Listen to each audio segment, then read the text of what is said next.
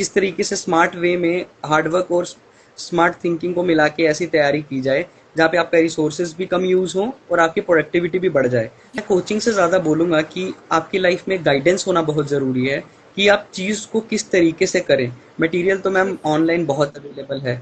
सुबह मैं 7 साढ़े 7 बजे लाइब्रेरी के लिए जाता था, रात को 8 साढ़े 8 9 बजे घर पहुंचता था। तो लोगों को रहता था कि ये कुद्धर जा रहा है, के करा रहा है, जो बिल्कुल तैयारी में है, जिसकी ग्रेजुएशन खत्म हो गई है। तो मैम 9 घंटे उसको देने चाहिए, 8 से 9 घंटे उसका समय रहना चाहिए। सर हमारे साथ जुड़ चुके हैं। नमस्कार सर, कैसे हैं आप? मैम मैं ठीक, आप कैसे हैं? और सारे दर्शकों को मेरी तरफ से नमस्कार। बिल्कुल बिल्कुल सर। पहले तो हम बहुत खुश हैं कि ये पहला इंस्टाग्राम का लाइव सेशन हो रहा है और हमारे गेस्ट आप हैं। बहुत खुश हैं हम, क्योंकि कहीं ना कहीं जम्मू शहर से जब ये पर्सनालिटीज हमें दिखती हैं और कहीं ना कहीं ऐसे शख्स जो कि गांव के रहने वाले हैं लेकिन इतना अच्छा प्रदर्शन करते हैं, पहले तो हम सच में कहें, दिल से कहें, हम बहुत ही ब्लेस्ड है कि पहला लाइव सेशन और आपके साथ हो रहा है। जी मैम, बहुत बहुत शुक्रिया मुझे इस लाइव सेशन पे बुलाने के लिए और मौका देने के लिए, एक प्लेटफॉर्म देने के लिए जहां मैं अपने व्यूज को एक्सप्रेस कर पाऊँ। बिल्कुल। लेकिन सर, सबसे पहले आप हमारे साथ जुड़े हैं और आपने अपना कीमती समय भी हमें दिया, क्योंकि हमें पता रहता है कि इस समय आपकी हाल ही में पोस्टिंग हुई है, बिजी आप चल रहे हो, लेकिन हम सच में इस चीज की कदर करते हैं कि आपने हमें कीमती समय दिया है। शुरुआत आपकी लाइफ जर्नी से करेंगे। कहाँ के रहने वाले हैं आप और किस तरह से ये सफर चला? मैम रहने वाला मैं एक बॉर्डर विलेज जो है मेरा गांव, बॉर्डर से कुछ ही दूरी पे सलाड है जो बिश्नाह जी क्षेत्र के पास पड़ता है। जम्मू जी डिस्ट्रिक्ट है और जैसे सब जानते हैं जेएनके मैं स्टेट से बिलोंग करता हूँ।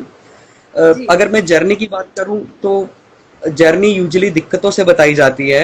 तो मैं दिक्कतों से ये स्टार्ट करूंगा कि जर्नी में हम गांव वाले लोग हमेशा यही रहता है कि रोड नहीं है, इंटरनेट का इशू है, जी चीज़ें पाने के लिए या फिर कहीं भी अपने रिसोर्सेज को लेने के लिए हमें दूर ट्रैवल करना पड़ता है। तो ये दिक्कतें जो थी मेरे लाइफ में थी, और मैं ये मानता हूँ कि हर किसी की लाइफ में कोई ना कोई ऐसी दिक्कत होती है जिसको वो अपना एक क्वेश्चन बनाता है और पूरी लाइफ उसको एक सॉल्व करने में लगाता है जी ताकि उससे कुछ आउटपुट निकले, प्रोडक्टिव निकले और एक बड़ा इंसान बन पाए। बिल्कुल। तो मैंने स्टार्ट, मेरी एजुकेशन जो थी कुछ प्राइमरी एजुकेशन मेरी अपने गांव सलैड से ही हुई। जी उसके बाद मेरी जो एजुकेशन थी वो बिश्नाह टाउन से हुई। चौथी तक, तीसरी तक मैं वहीं से पढ़ा मैम। और उसके बाद जो मेरी फर्दर एजुकेशन थी, जो मेरा मेन स्कूल रहा जिसने मुझे ग्रूम किया, जिसने मुझे ऑलराउंडर बनाने, जिसको मैं अपना समझता हूँ कि मैं शायद सब कुछ कर सकता हूँ, हर चीज में हाथ डाल सकता हूँ, तो मैम वो आर्मी पब्लिक स्कूल रत्तूचक रहा जिसने मुझे बहुत हेल्प की। बहुत सपोर्टिव टीचर्स थे और जितनी भी जो मेरी वीकनेसेस रहती थी उनको उन्होंने स्ट्रेंथ बनाने में उसने हेल्प की। उसके बाद मैम जी जो मेरी कॉलेज एजुकेशन थी वो मेरी government Gandhi memorial science college से रही। जी और उसके जी बाद 2020 में मेरी ग्रेजुएशन खत्म होती है और मैं सेम ईयर अटेम्प्ट में मैम मैं यूपीएससी बिल्कुल क्रैक करता हूँ। सर, इस सवाल पे तो मैं आने वाली थी, क्योंकि अब ये चीज बहुत मुश्किल रहती है। पहले तो मोटिवेशन आना, इंस्पिरेशन जी बनना, मैम। कहाँ से ये चीज दिमाग में आना, और सेम ईयर जब आप फाइनल एग्जाम्स आप दे रहे हैं और फाइनल एग्जाम्स के 6 दिन बाद आपका प्रीलिम का एग्जाम होता है और आप उसे क्रैक करते थे, ये कैसे हुआ?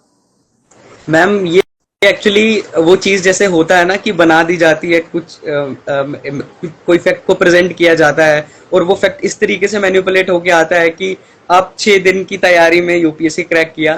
तो मैम ऐसा तो नहीं था। मैं 2017 से तैयारी कर रहा था। जिस दिन मैंने अपना कॉलेज ज्वाइन किया उस दिन से, उस दिन के पहले से मैं तैयारी करना स्टार्ट किया। जी और वो 3 साल मैं करता रहा तैयारी, हर दिन, हर महीना, हर साल मैंने अपने शिद्दत से मेहनत की।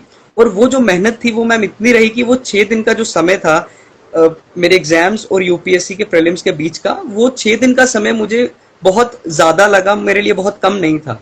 तो हम्म वो समय इतना, मेहनत जो मैंने की, जो मेरे शिक्षकों ने मुझे पढ़ाया, जो मेरे दोस्तों ने मदद की, जो मेरे पेरेंट्स का साया मेरे सर पर रहा।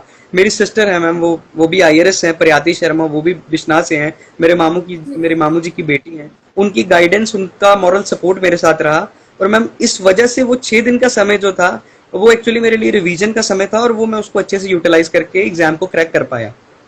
लेकिन सर, एक सवाल है मेरे जहन में, क्योंकि जिस तरह से आप बता रहे हैं, गांव का एरिया था, बॉर्डर एरिया था, तो ये बच्चा, ये जो छोटा सुचेतर की हम बात करेंगे, इस बच्चे ने कब वो सपना देखा कि मैं एक दिन यूपीएससी क्लियर करूंगा और आईआरएस ऑफिसर बन जाऊंगा, क्योंकि एक छोटे बच्चे के दिमाग में ना कई ख्यालात होते हैं, और कहीं ना कहीं अगर हम बात करें बैकग्राउंड की, तो एक सपोर्ट मिलना बहुत जरूरी है, और ये डायरेक्शन मिलना कि हम यूपीएससी की ओर जाएंगे। ये शुरुआत कहाँ से हुई? किसी आपने देखा था कि ये आ गया दिल में कि यार ये तो बनना है मुझे? मैम एक्चुअली इसकी शुरुआत तो बहुत पहले हुई थी। मतलब जब मैं नासमझ था, मैं यूकेजी एलकेजी में था, तो मैं मामा जी के घर जाता था, और मैं अपने मामा जी का सबसे प्यारा था, उनके भांजों में सबसे प्यारा मैं ही था। जी तो मुझे बहुत लाड से बोलते थे कि ये आईएएस ऑफिसर बनेगा आगे जाके, जी ये अफसर बनेगा आगे जाके। मैम मुझे तो कुछ आइडिया नहीं था कि ये आईएएस क्या होता है या एग्जाम क्या होता है, और उस टाइम मैम बच्चे को तो कुछ नौकरी का, आगे फ्यूचर लाइफ का कुछ आइडिया नहीं रहता। बिल्कुल। मगर मैम मेरे दिमाग में उन्होंने इस तरीके से उस चीज को इनग्रेन किया कि आईएएस आईएएस ये लाइन, आईपीएस वाली लाइन। तो मैम एक तरीके से जब मैं बड़ा हुआ, जब मेच्योरिटी आना स्टार्ट हुई, जब 9वीं 10वीं कक्षा के पास पहुंचे, जब सब लोग इंजीनियर डॉक्टर बनने की लाइन में होते हैं और कुछ ना कुछ आपको माइंड में चाहिए, तो उस टाइम इस तरीके से इनग्रेन किया गया था मेरे मामा जी ने मेरे माइंड में इस चीज को, कि मुझे ये था कि मुझे जो भी करूं, जैसे मर्जी करूं, मगर मुझे आईएएस तो बनना ही है। जी तो मैम बस ये उसी तरीके से छोटे छोटे स्टेप्स जो मेरे मामा जी ने मेरे लिए लिए, मेरे दिमाग में डाले, और मैम उसी तरीके से मेरे दिमाग में आया कि हाँ ये चीज हासिल करनी है। और मैम देखिए सर, इस चीज की ग्रेविटी का पता नहीं था। बिल्कुल जिस तरह से आपने कहा कि मामा जी का एक रोल बहुत आपकी जिंदगी में खास रहा है, लेकिन कहते हैं ना कि सपने हर कोई देखता है, हर कोई चाहता है कि मैं डॉक्टर बन जाऊं, मैं इंजीनियर बन जाऊं, या फिर मैं राइटर बन जाऊं। लेकिन राइटर से मुझे याद आया कि फिलहाल सर हमारे साथ जुड़े हैं, सर आईआरएस ऑफिसर भी हैं, साथ साथ राइटर भी बन चुके हैं, इस पर हम बाद में आएंगे। लेकिन सर उस चीज को सपने के तौर पर आपने बिल्कुल देखा, लेकिन सपने को फॉलो करना ये बहुत मुश्किल रहता है। आपको किसने आपका हाथ पकड़ा, किसने आपको डायरेक्शंस दिखाए कि आप ये पढ़ लो, आप ये पढ़ोगे तो आप इस चीज को क्रैक कर सकते हो? वो कौन आपकी जिंदगी में एक सितारे की तरह उभर कर सामने आया? मैम जैसे कोई लाइफ में एक इंसान तो नहीं रहता जो हेल्प करता है, मगर मैम सब अगर ये क्रेडिट देने वाला जो लाइन है, ये तो क्रेडिट वाली है, तो सबसे पहला जो श्रेय है वो तो मैम मैं ऊपर वाले को देता हूँ, कि जी ऊपर वाले ने मेरी जिंदगी में ऐसे लोगों को लाया जिन लोगों की मदद से मैं बहुत जल्दी एक छोटी उम्र में ही एग्जाम को क्रैक कर पाया। बिल्कुल और सबसे पहले तो मैम योगदान मेरे माता पिता का था। मैम शायद ही ऐसे माता पिता लोगों को मिलते हैं जो बोलने से पहले ही चीज को समझ लें, और जो चीज बोली जाए उससे पहले ही अपने बच्चों के लिए वो चीज को कर दें। तो मैम बिल्कुल सबसे बड़ा श्रेय तो मेरे माता पिता को जाता है।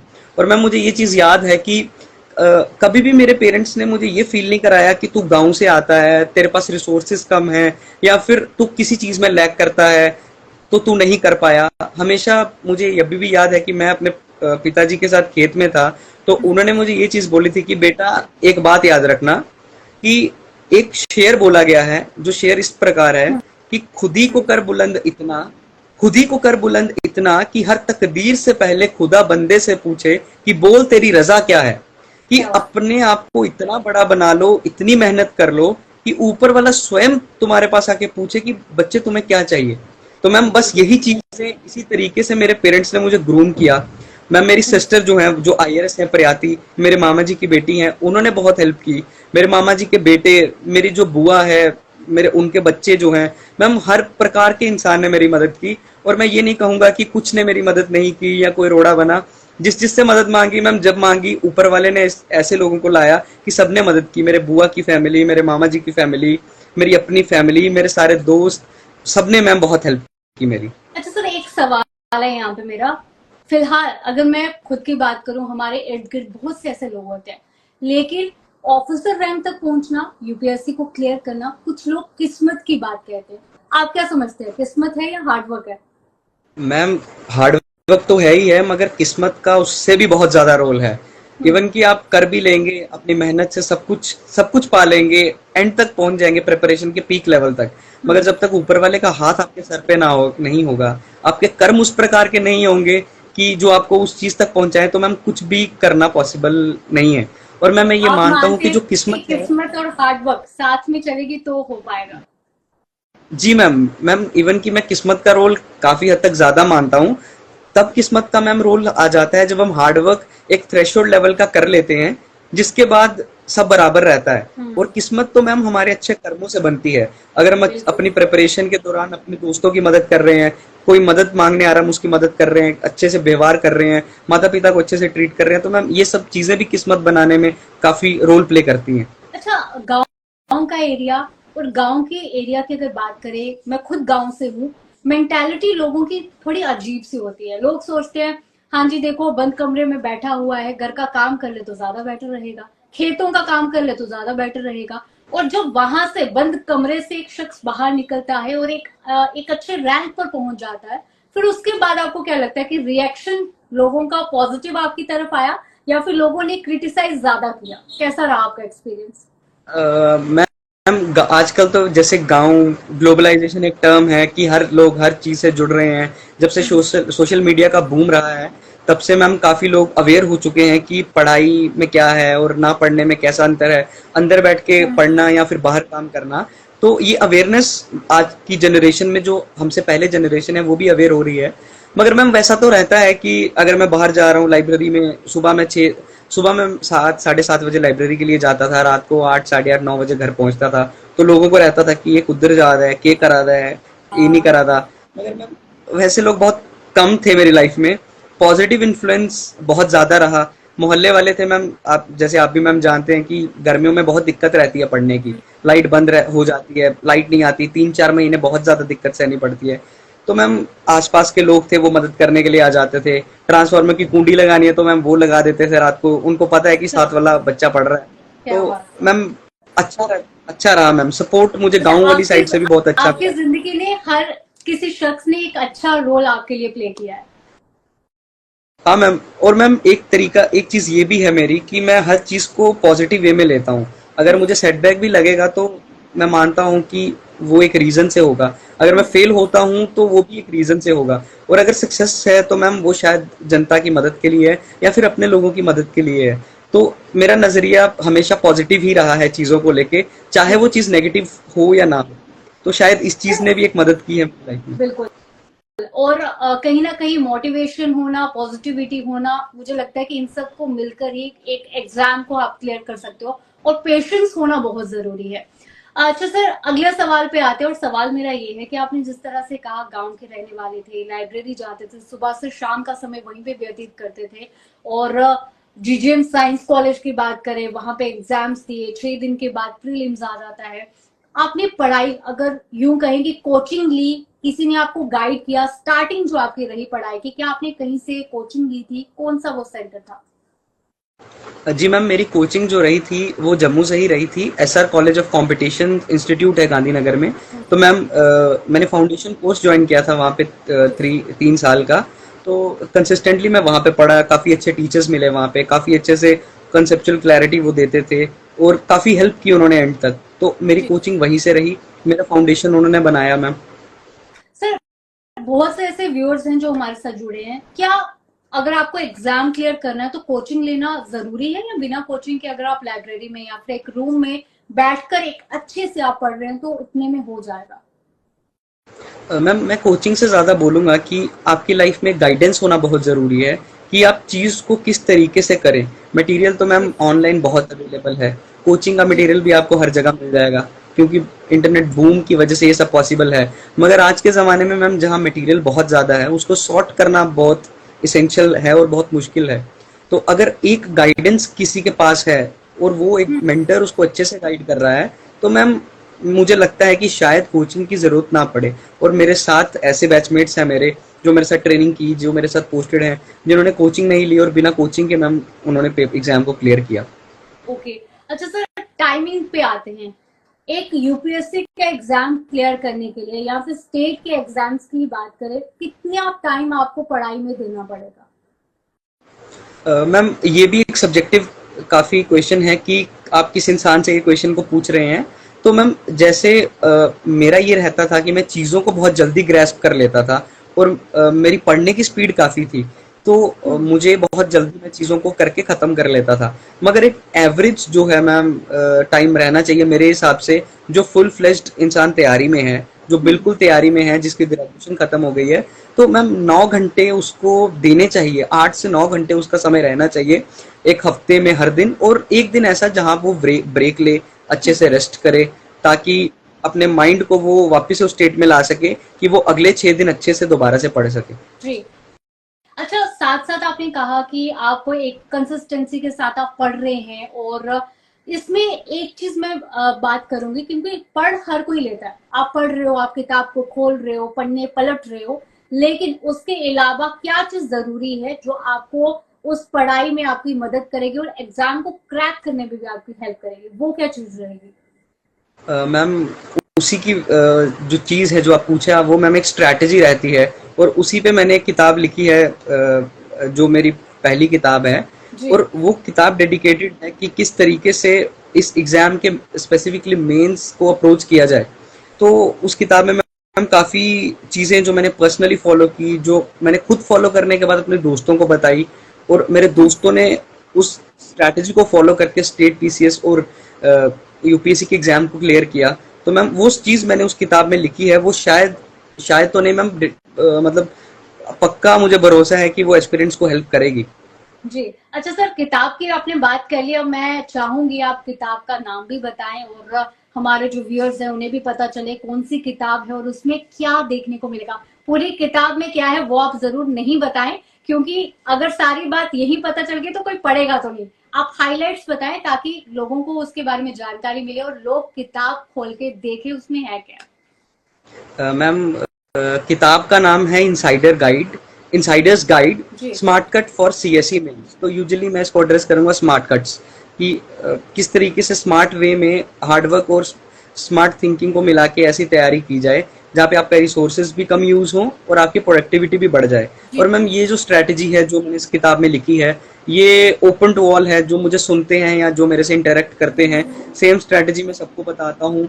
हाँ, ये स्ट्रैटेजी उन लोगों के लिए नहीं होगी जो लोग मेरे से मिले नहीं होंगे या जिन्होंने मेरे से मैसेज पे बात नहीं की होगी। तो मैम इस किताब को मैंने सेक्शंस में डिवाइड किया है, S A, GS1, GS2, GS3, GS4। हर सेक्शन में ये बताया है कि किस तरीके से मैंने इसको अप्रोच किया। और मैम किताब लिखने का तरीका जो मैंने खुद फॉलो किया है, वो मतलब एक स्टोरी की तरह है, कि अगर आप किताब भी पढ़ रहे हैं, अगर आपको स्ट्रैटेजी पसंद ना आई, मगर उस किताब से आप ऐसी 20 चीजें लेके जा सकते हैं जो आपको एक एग्जाम में अच्छे से हेल्प कर देंगी। वो कोट्स हैं, वो लाइंस हैं, जो चीजें हैं जो आपको मोटिवेट करेंगी शायद।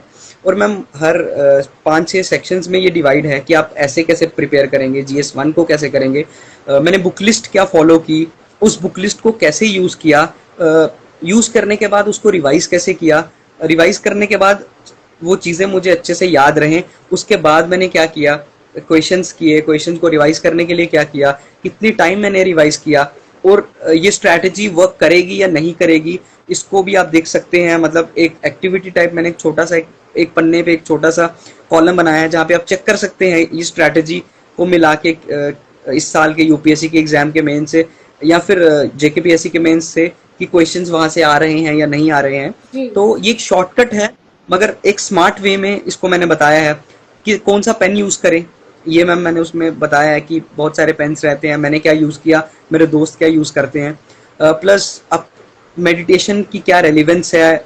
और इस तैयारी में, क्योंकि मैम जैसे आपने बोला हम एक कमरे में अपने आप को बंद कर लेते हैं, तो बंद करना जरूरी नहीं है, किस तरीके से अपने पेरेंट्स से बात करना जरूरी है, अपने दोस्तों से बात करना जरूरी है, ताकि आपका स्ट्रेस लेवल जो है, वो एंजाइटी जो है वो स्ट्रेस ना बन पाए, और एंजाइटी आपको पॉजिटिवली प्रोपेल करते जाए ताकि आप अच्छे से पढ़ पाएं और वो चीज़ सब बैलेंस्ड में रहे। तो इस तरीके से मैं ट्राई किया है कि होलिस्टिकली पूरी यूपीएससी के मेंस को मैं एड्रेस कर पाऊँ इस किताब में। कहीं हद तक आपकी जिंदगी का जो निचोड़ है वो आपने इस किताब में डाला है, और कहीं हद तक वो यूपीएससी के लिए तैयारी कर रहे बच्चों के लिए काफी हेल्पफुल होगा, जितना मैं समझ चुकी हूँ। अच्छा सर, आपने अपनी किताब का नाम रखा है स्मार्ट कट्स। अब मैं इस सवाल पे आऊंगी कि बहुत से ऐसे बच्चे हैं, किताब पूरी हाथ में ले ली, पूरी की पूरी किताब पढ़ रहे हैं, तो क्या वहां पे स्मार्टली कुछ टॉपिक्स जो जरूरी हैं उन्हीं को पढ़े, या फिर पूरी किताब जो है वो पढ़नी जरूरी है? मैम जैसे मैंने इस किताब का नाम स्मार्ट कट्स रखा है, तो हाँ, वो भी क्वेश्चन है कि इसको पूरा पढ़ा जाए किताब, किसी भी किताब को, तो अगर मेरी किताब की बात करें तो मैम ये बहुत छोटी किताब है, 110-120 पेज की बुक है, इसको तो आप इजीली पढ़ लेंगे। वन डे रीड है, या मैं बोलूँ अगर आप पढ़ भी रहे हैं तो आपको 4 या 5 घंटे में आप इस किताब को खत्म कर सकते हैं। जी उसके बाद जो आप नॉर्मल किताब की बात कर रहे हैं मैम, यूपीएससी की किताब की, तो कोई भी एस्पिरेंट अगर पढ़ रहा है तो उसको किसी भी किताब को वो पहली बार अगर पढ़ रहा है तो उसको अच्छे से पूरी किताब को पढ़ना चाहिए। जब वो दूसरी टाइम पढ़ेगा, उसको तीसरी बार पढ़ेगा, तो वो खुद ब खुद पता लगा लेगा कि कौन से टॉपिक्स को छोड़ना है और कौन से को पढ़ना है। जी सर। अच्छा सर, एक लास्ट सवाल है जो मेरा आपसे रहेगा, क्योंकि आप भी काफी बिजी हैं और मैं ज्यादा समय आपका नहीं लेना चाहती। अब मेन चीज पे आते हैं, डिमोटिवेशन।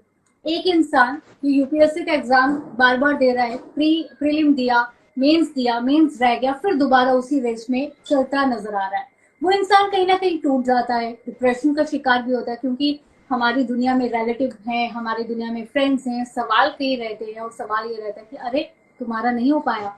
तो वो इन चीजों से उलझना और फिर सुलझ के फिर वापस आके फिर किताबों के साथ जुड़ना, ये कैसे मेंटेन करें ताकि बच्चे अब अच्छे से पढ़ भी पाए और एक लेवल तक पहुंच पाए।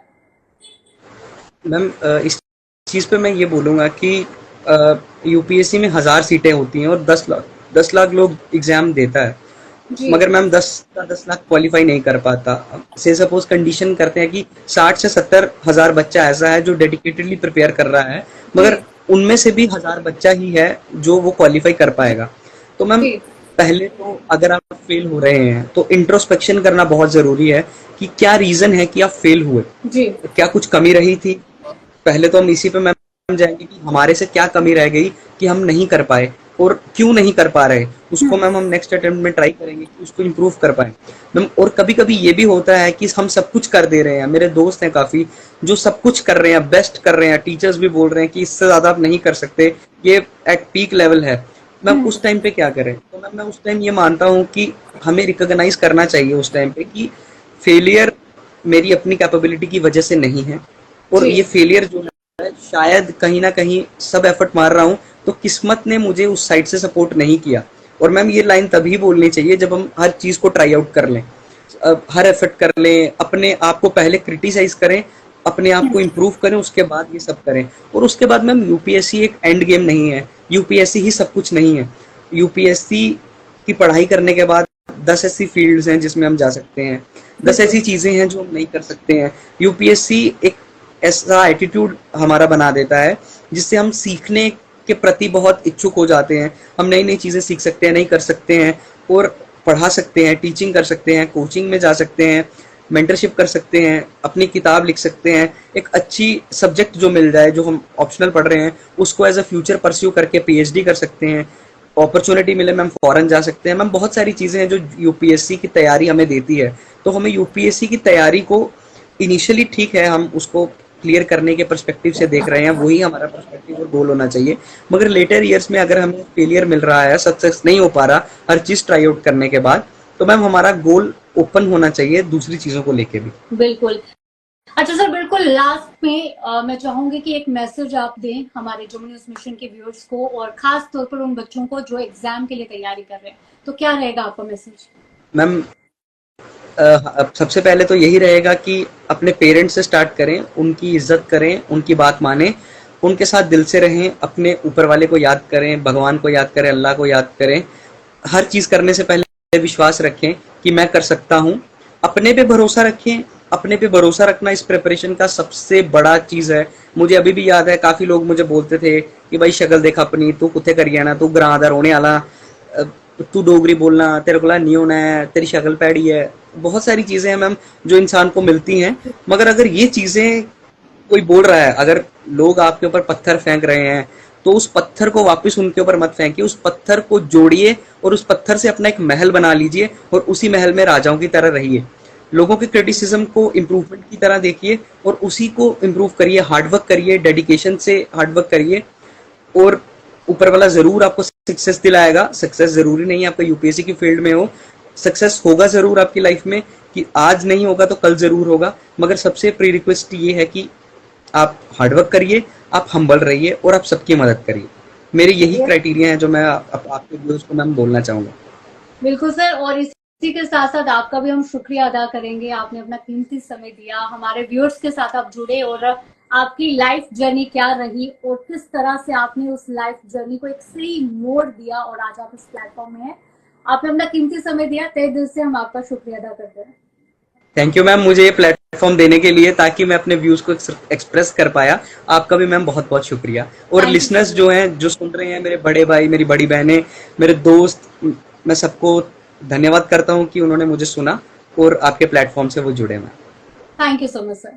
आज उस लाइव सेशन में हमने आपसे जो है मुलाकात करवाई जम्मू के यंगेस्ट आईआरएस ऑफिसर, और उनकी लाइफ कैसे रही, उनकी जर्नी कैसे रही, उसके बारे में हमने आपको बताया और कोशिश की कि हम आपको इंस्पायर कर पाए, मोटिवेट कर पाए, ताकि आप लोग भी आगे अच्छे से बढ़े और जो क्रिटिसिज्म है उसे कई हद तक आप पॉजिटिविटी में रहें और एक अच्छे नागरिक कहें या फिर एक अच्छे एक कंपटीटर की तरह आप आगे बढ़े और जिंदगी में कुछ खास करें।